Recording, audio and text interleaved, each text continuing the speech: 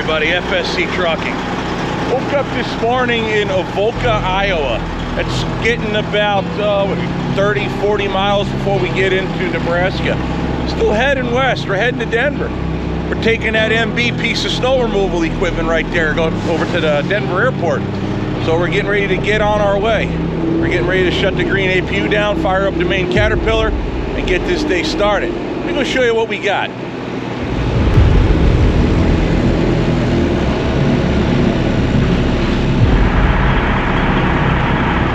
Alrighty, so that's what we going on. Now some of you are probably new to the channel, so let me go ahead and explain. I am Steve Feschak, your humble host. That's Orwell. Orwell is my 1984 Peterbilt 362 Cabover. George Orwell wrote a very famous book in the 40s called 1984. Just happened to have a 1984 Peterbilt, so we named him Orwell. If you know anything about me, it makes more sense. Stay tuned, we'll get into it one day. You'll figure it out, trust me. With that, Orwell is powered by a 3406B Caterpillar. Factory approximately about 400 horsepower-ish. I've never messed with the pump or anything like that, so we basically keep Orwell factory. I like the classic look, classic way it runs. But we did add the green APU to it just for creature comfort. Don't have to idle no more. Keeps you nice and warm. I don't know if it shows up on the mic or not, but it's windy, really windy today. So see the flag? It's definitely blowing pretty good. Keeps you nice and warm. Plus the engine's warm for nice easy starts because that Caterpillar hates cold, just like me. Why am I up here? Well, I don't really know, I guess. Either way, no, I do know. Now this piece of freight we're hauling, it's made by MB Company up in Chilton, Wisconsin. Sorry, the wind's taking my breath from me. So this is a, I don't know, I've never seen one quite like this before. But this is a mid-engine in it, and just a big old counterweight. Believe it or not, that unit right there weighing in about 44,000. That was the thing of the last video, trying to get this thing legal. We're actually 78, about 79,000 pounds. Just had to get the positioning of the truck right to make it legal for the tandems. 34,000 pounds on the trailer, 34K on the drives, and 12K up on the steers. So you just got to get the positioning right and you're good to go. Or if it was overweight, we could just order permits. Yeah, that's right, order permits, meaning pay for it and it's legal. Or just make it legal. But if you're over, it's non-divisible, so just give them money. All of a sudden the roads got stronger, the bridges got better, brakes got bigger, tires got stronger, you know, all that stuff. Just pay them. Now what I thought was real interesting with this truck, I didn't realize that a lot of times you see these and they'll have a trailer on the back with a big snow broom or a plow or something like that. But this one doesn't have room for a fifth wheel. Another one I hauled that had some kind of interesting articulated hitch. But this one just got a big old pintle hitch back here. And the counterweight is what makes this sucker real heavy. Of course, the engine is up under here, under this, I don't know, is it a hood? Is it a bonnet? She's cat powered. I don't know what kind of cat, but it's a cat. But the other funny thing I noticed was the way it's positioned. If you look at this particular unit, there's a harmonic balancer facing the rear of the engine. Well, facing the front of the engine is facing the rear of the truck, I should say.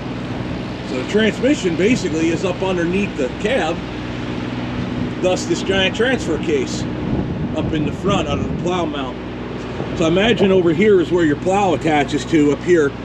Usually sometimes they also put blowers, but yeah, see here it's all right wing extend, plow swing, so it's definitely a plow setup for your hydraulics. But I thought this was really cool.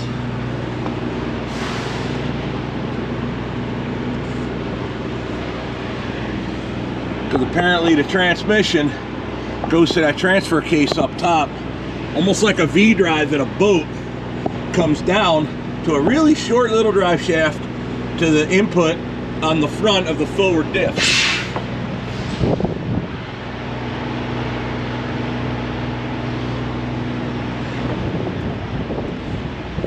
And then to a through shaft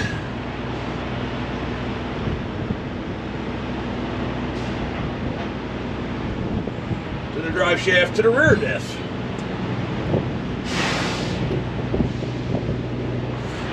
Now I've seen similar stuff on Peterbilt 6x6 cement mixers and dump trucks, so that's pretty cool too. figure I'd point that out to you, because stuff I've never seen before, stuff that you might not have ever seen before either. Either way, that's what we're doing. So we're taking this out to Denver. Like I said, we're over here in Avoca, Iowa. So we're getting ready to fire up Orwell. Man, it is cold. My hands are froze. That wind is cutting us pretty good. So let's get the big engine fired up, get the paperwork done, and get strolling.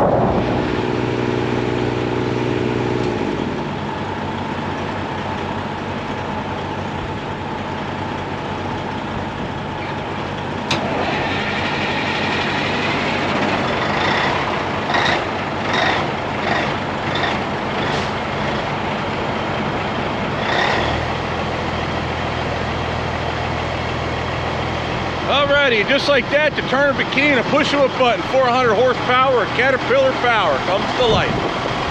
And it's cold outside. I should have mentioned the truck engine was warm at about 160 degrees, maybe 150 in the wind. That wind will cut you, so on that unit, that green APU, just got to turn up the thermostat a little bit to compensate for the wind. But it'll do the figure, and it's like,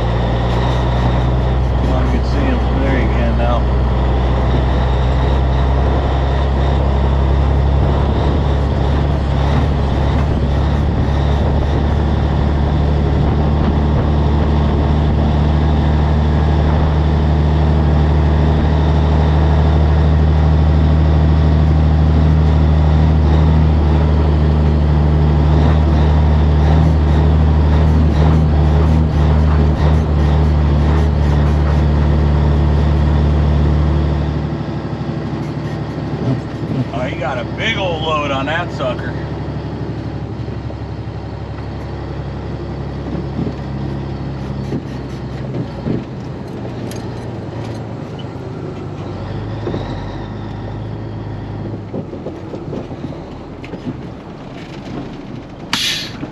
I'm gonna take a thumbnail picture.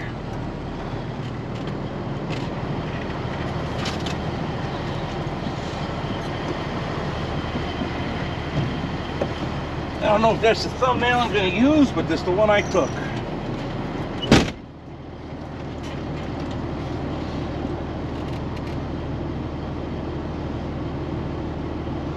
Try to get a picture of that cool ass Kenworth right there.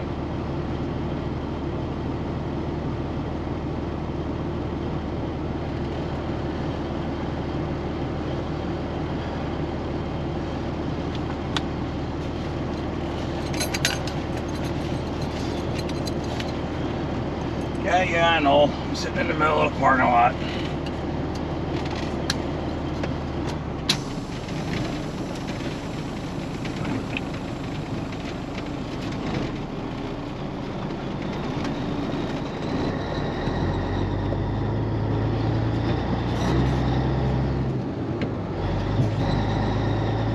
That's a big load that boy's carrying.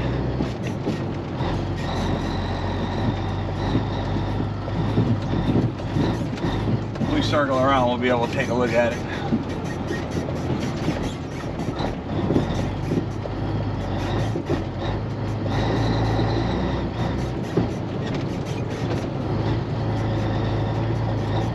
Man, this parking lot is so rutted up, so bad.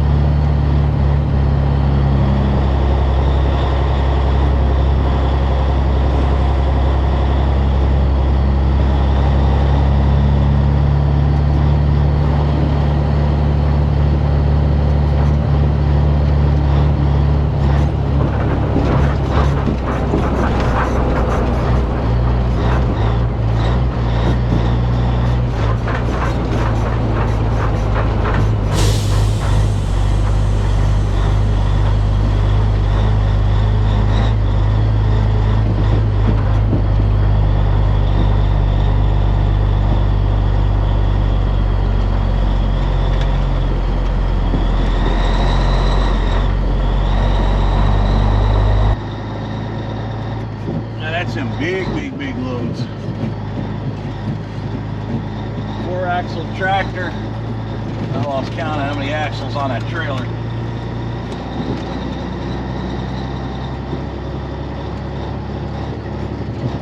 What those trailers cost? They gotta be $1 million trailers.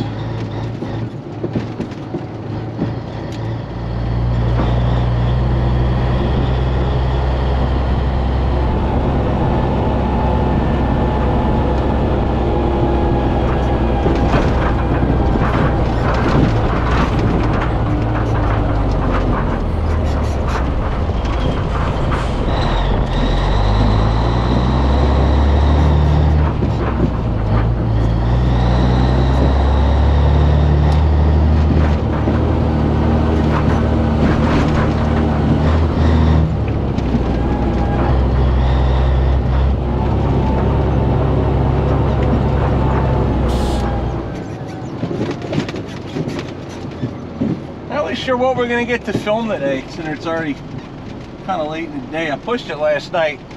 I wanted to get ground covered.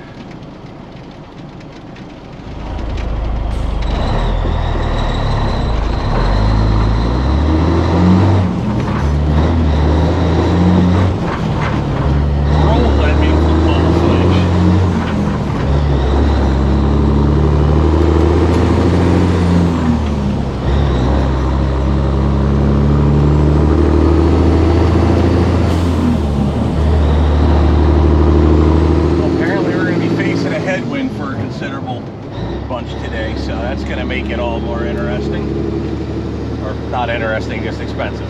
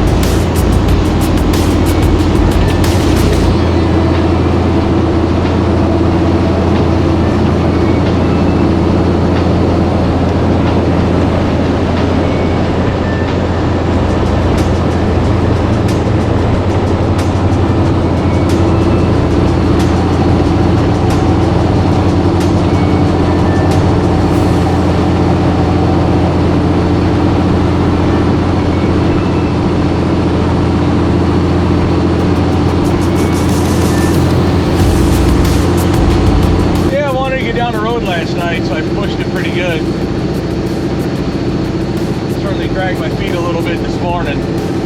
I mean, I left on Friday. Left Friday afternoon.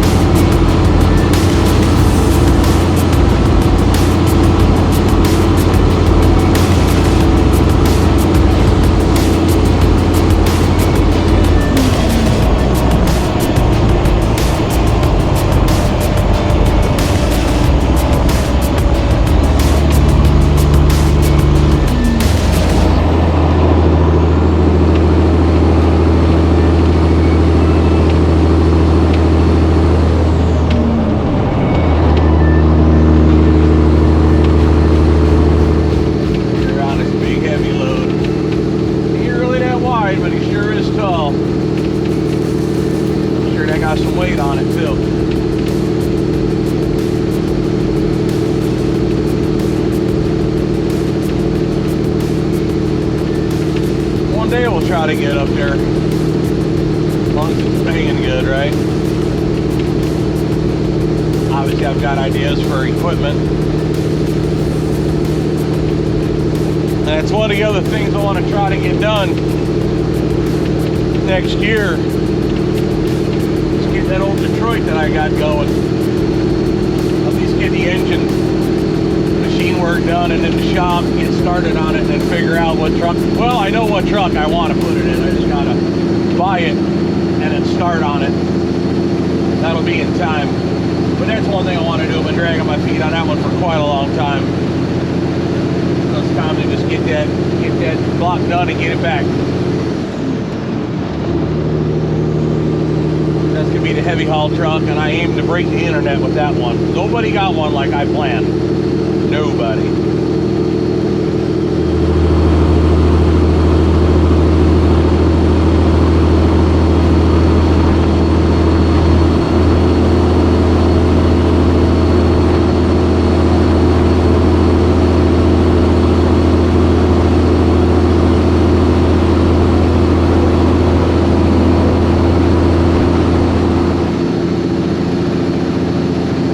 This way very often, so it's certainly a nice change of pace.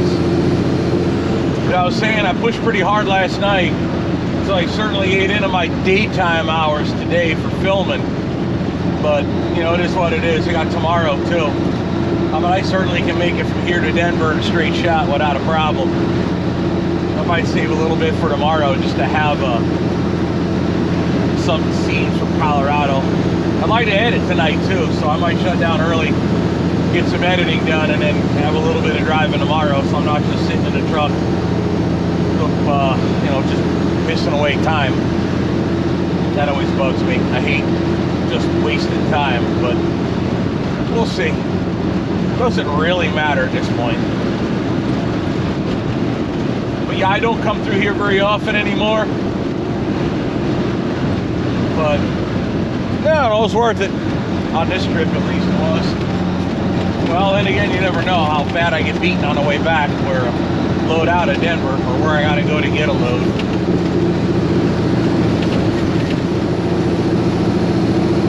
Either way, like I was saying in the last video, attitude-wise, mentality-wise, I'm doing a lot better mentally. I'm feeling a lot better.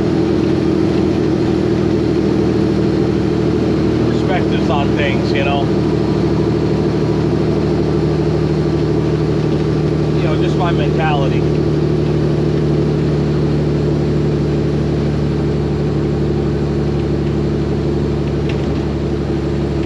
It took a while for my mindset to start to get back into the groove of things.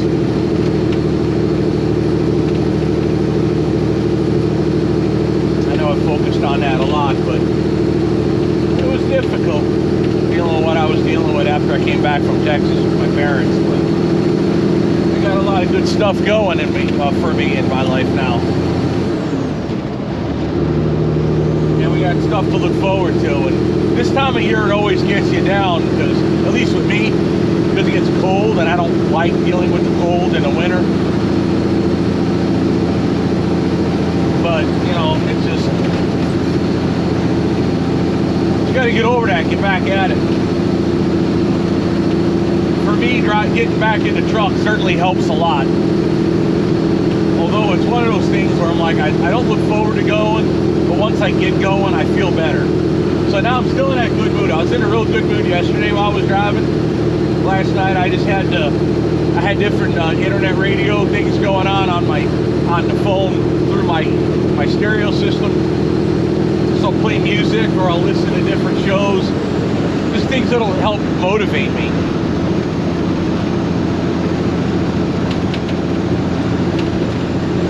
To a show yesterday, found a little bit of spirituality in the last place I thought I would ever hear it and find it.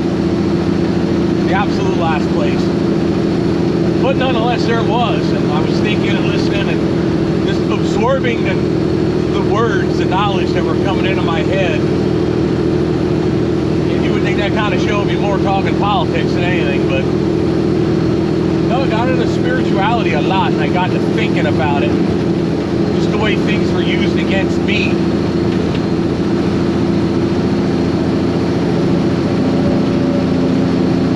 And I don't wear religion on a sleeve. I don't push it, preach it, you know. That's not me. But I just felt like yesterday, last night while I was driving, I felt great. I was at peace in my mind, just listening to the words and thinking and praying and driving. And it was just, at that moment, it was perfect. Everything was the way it's supposed to be. And that made me feel great. That's hard to get sometimes out here. I pulled into that truck stop last night. I circled once, and then I saw a parking spot. A driver must have very recently just left, and I didn't notice him leaving, but it was one spot just for me. I backed into it, and taking care of last minute paperwork. And I looked ahead, and there was a truck that just fired up in front of me and pulled out, and some other lucky driver got his parking space. And I went to bed with a good mind, with a good mindset, thinking. I slept like a baby. A lot of people comment about the green APU, say it's real loud. It really isn't. My camera has an aftermarket mic on it, and it catches everything. And if it's a noise canceling mic, so if it's next to it, it drones it out. But if it's in front of it, it puts it more prevalent. So that's why if I'm talking with the green APU facing the camera, it sounds really loud. In this particular truck, the way it's set up, there's a little bit of droning noise when you're sitting up front and it's running. But after a couple of minutes, you don't even realize it. I sit at the steering wheel and I do my editing. I can't lay down and work on a laptop. I have to sit up like I'm at a computer desk. So I edit sitting at the steering wheel, and it don't bother me at all. After a couple minutes, you don't even hear it in the sleeper. I don't know if it's like an insulative effect because of the mattress or whatever. You don't even hear it. In fact, sometimes I'll wake up middle of the night and I'm like, is that thing even running? And then I'll have to sit up and listen for it, or I'll feel the air blowing out of the ducts. I'm like, well, it must be running because I feel the air coming out of it. But yeah, the recording itself actually doesn't do it any good. It actually makes it sound real bad. But no, it's not. Reefers, even the quiet ones, are way louder than that green APU actually is. And inside the truck, you barely know it's there. Idling this Caterpillar, it's hard to... I'd have to do it in person. The only way I can really show it. And I'd be happy to do it if there were people around. But the truck idling is way louder than the green APU is running by itself. On the camera, I really don't think it really effectively shows it. So if you meet me in person, I'll be happy to demonstrate it.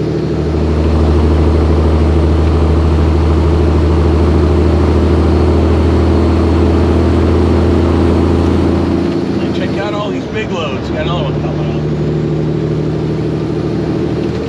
up. There was, when we left the yard, there was a 4-axle striker. They usually go on, they go on company trucks because company trucks are 4-axle trucks. Even if I towed a company trailer, I don't have enough axles under Orwell to do it. So yeah, they go on company trucks. But I want to build a 4-axle tractor. I'd like to start doing them loads.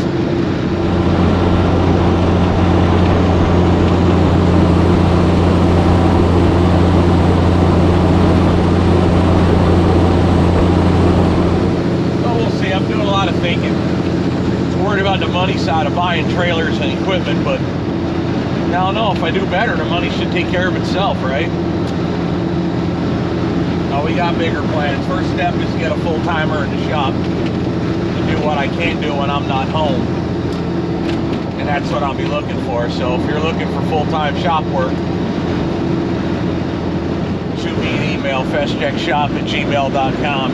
You don't need to know everything, just need to be willing to learn it and be competent. I'd rather somebody that has the aptitude to know what they're doing and actually be good at it, that needs to be trained, rather than somebody that you can throw all the knowledge at them and it don't stick, right? Yeah, if you're looking for that kind of work, fscheckshop@gmail.com, and we'll talk about it. But that's the first step in making things better in my world professionally and personally, because I want to grow this thing better than what I've been. I've definitely gotten into a slump of recent, well, I'll be honest, I got comfortable and then it turned into a slump. Might not have been a slump business-wise, but personally, it got down in the dumps and I don't like it there. So I have to improve.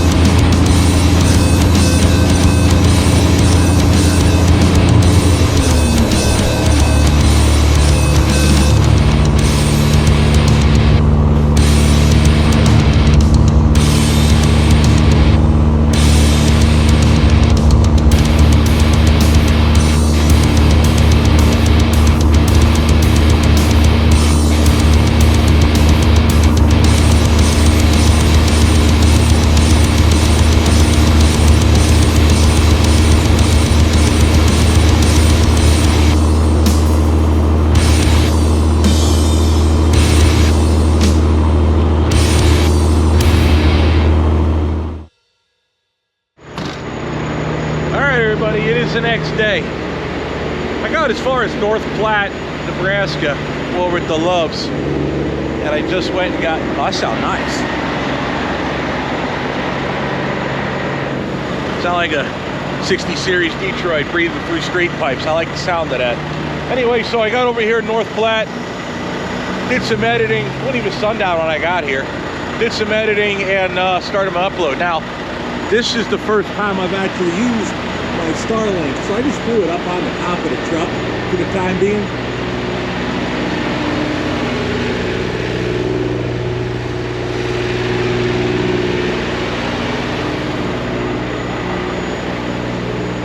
Come up with a better angle to show you. Here, we'll climb up on the back, show you what I did. Basically, I just took the ground mount and I just put it right on the roof of the truck.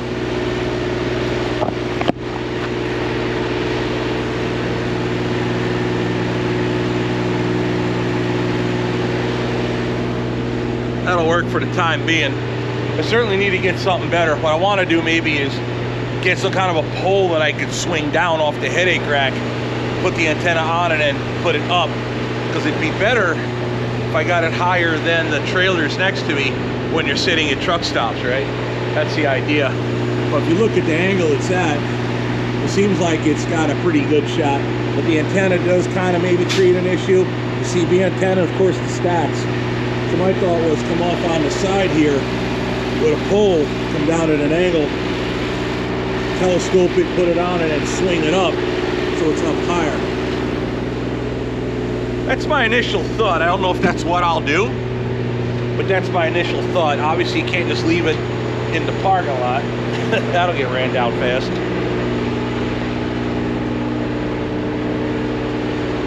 So yeah, that's what I did. I figured I'd show it to you real quick.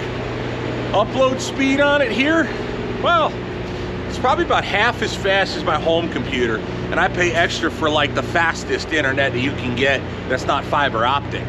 So half the speed of home, that's still really good. That beats 12 hours off that goofy air card. Plus, it'll work anywhere, as opposed to, you know, that air card where it only works certain places, and many places it didn't work at all, which is always a problem.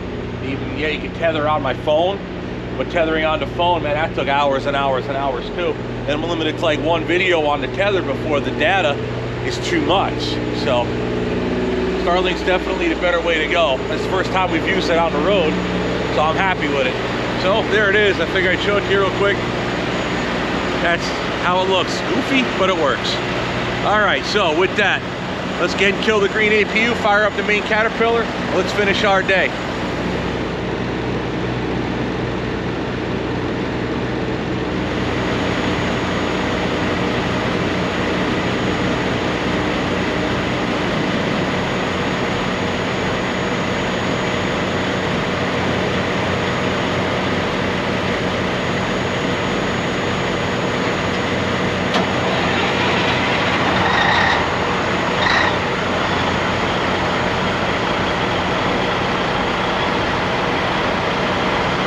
Alrighty, got everything put away, got Orwell fired up, ready to go.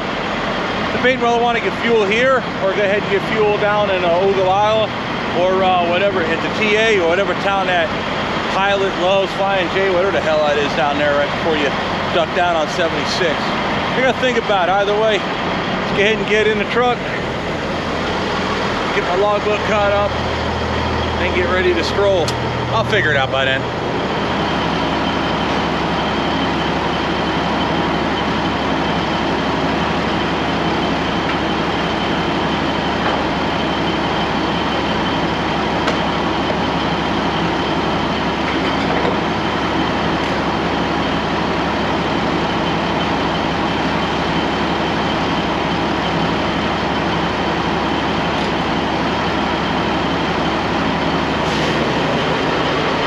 I was getting fuel at the Loves. I'll set up the cameras when we leave, but I want to get you shots going into Colorado. So we'll probably stop at the Pilot, put the cameras up there.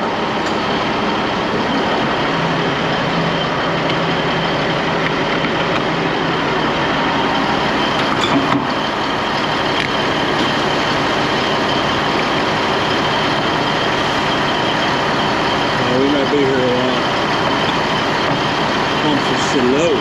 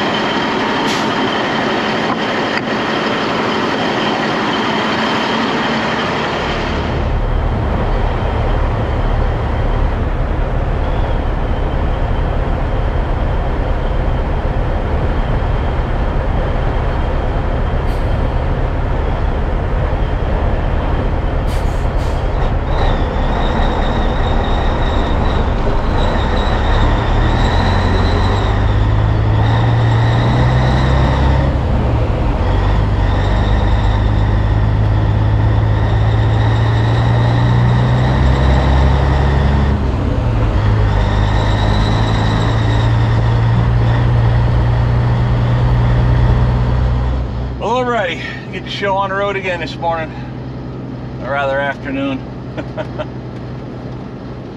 What happened was I got here yesterday afternoon, sat at the computer, edited, and then there's a step between editing the video and uploading the video to YouTube where you have to what's called export it. The program takes a bunch of little clips that you set and make it into one continuous video. And on my laptop, it's not the best laptop on planet. It takes, for an average video, about an hour and a half to 2 hours, sometimes more, depending on if it's really large files or a lot of different camera angles. Think about it, I'm usually running like 4 GoPros. That's a lot of cameras. Once you export the video, that's when I went to sleep when I was exporting. I didn't set my alarm right, so I didn't get up to start the upload to YouTube until like 6 in the morning. I don't know what people consider high-speed internet, but Starlink is, at least here, not as fast as it is at home. Now granted, I pay for the fastest internet available. You know, but it's not fiber optic, but it's the fastest I can get.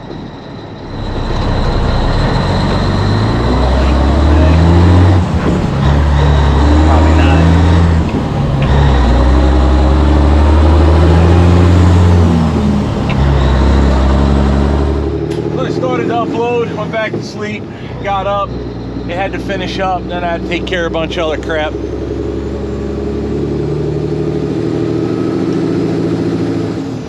But it's been a nice, slow, lazy ride, to be honest. Since I left Wisconsin, I hammered on it a little that night. I was just feeling way too good to let up. I wanted to get the bulk of my trip behind me.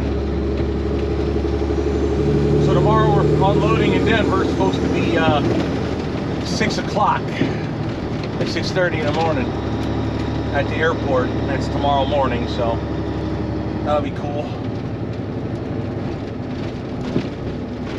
I think unloading whatever little bit I'll show of it will be on this video most likely.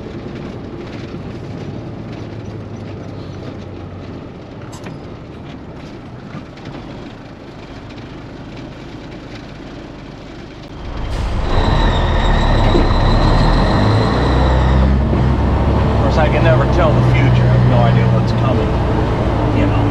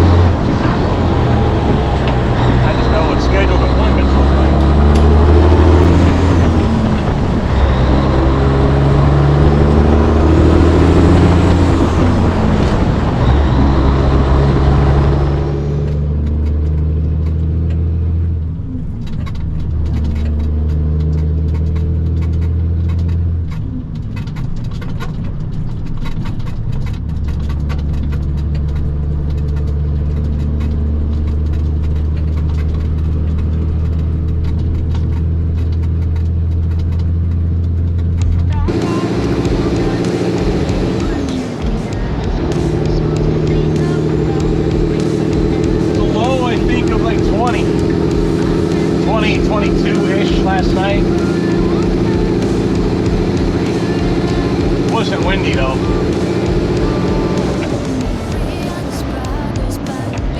God, training's so cold.